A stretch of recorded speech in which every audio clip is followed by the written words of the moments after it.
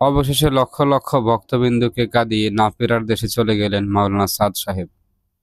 ইন্না লিল্লাহি ওয়া ইন্না ইলাইহি রাজিউন। প্রিয় ভিউয়ার্স, আপনাদের যাদের বিশ্বাস হচ্ছে না, আপনাদেরকে আমি প্রমাণ সহকারে দেখাচ্ছি। তো প্রমাণস্বরূপ একটি ভিডিও দেখুন। মাওলানা সাদ সাহেব রহমতুল্লাহ আলাইহি এই কাজ আর যে খানদান, তাদের খানদানের বহুত কোরবানি আছে। যেখানে সাদ সাহেবের একজন অনুসারী বলতেছে মাওলানা সাদ সাহেব রহমতুল্লাহ আলাই, অর্থাৎ তিনি দুনিয়াতে আর নাই, তিনি দুনিয়া থেকে বিদায় হয়ে গেছেন। বিষয়টি খুবই হাস্যকর। যদিও আপনারা জানেন যে সাদ সাহেব এখনো দুনিয়াতে আছেন, জীবিত আছেন।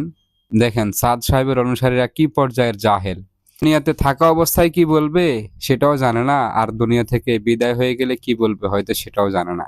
এজন্যই দেখেন মাওলানা সাদ সাহেব রহমতুল্লাহ আলাই বলতেছে।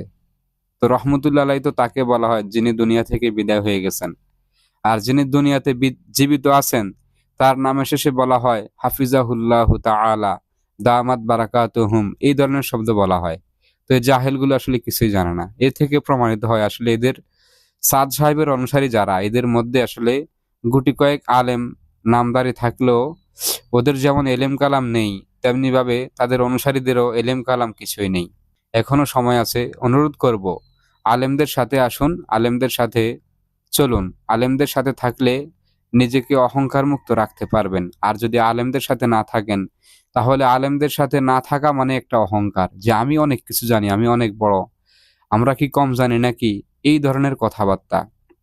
পার্থক্যটা এখানেই প্রিয় ভিউয়ার্স। আমরা বলি আমরা আলেমদের সাথে আছি, আমরা নিজেদেরকে নগণ্য মনে করি, আমরা আলেমদের বড় মনে করি, আর তারা আলেমদের ছোট মনে করে। এই জন্য তারা বলে আমাদের সাথে আলেমরা আছে।